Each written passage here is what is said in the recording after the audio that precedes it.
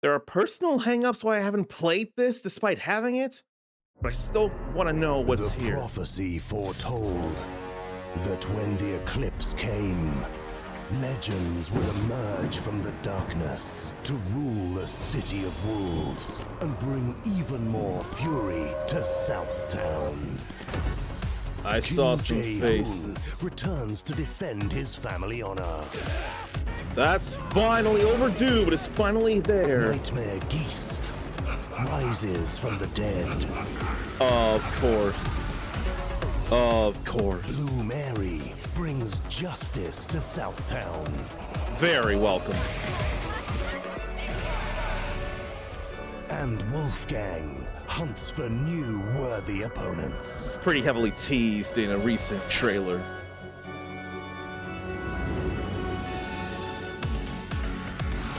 And I thought I saw dates at different painted Two things. shadows remain unseen, waiting to reveal themselves. And they're under our Experience the noses. fighting game of the year with the first ever monthly character drops, the highest prized fighting game tournament, and all new balance updates. Monthly starting January Fatal Fury. 22nd. City of the Wolves.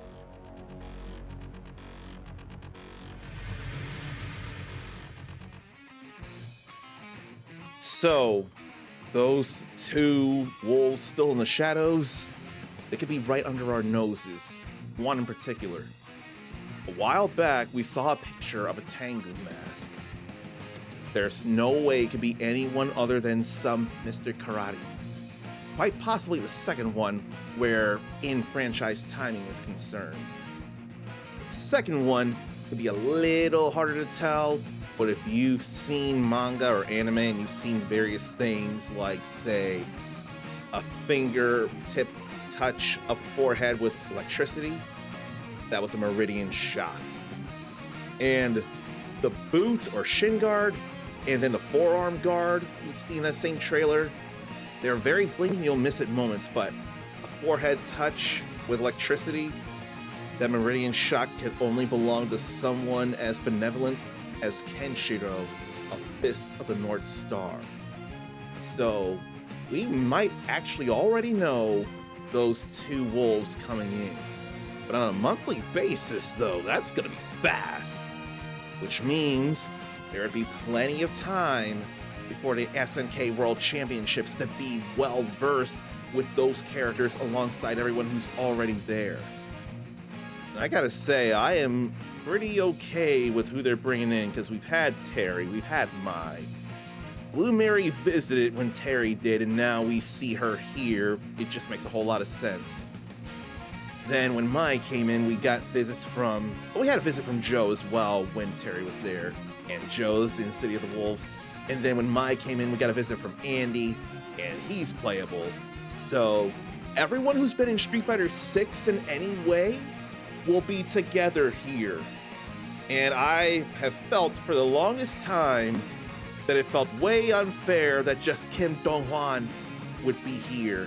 And now, finally, Jae-hoon will be coming in very, very soon. Now, will their dad come into the picture maybe year 3 if that happens? I don't know. But what's important to me is the Kim brothers from Mark of the Wolves are gonna be both here. That is a very, very big deal, and I'm glad that's happening.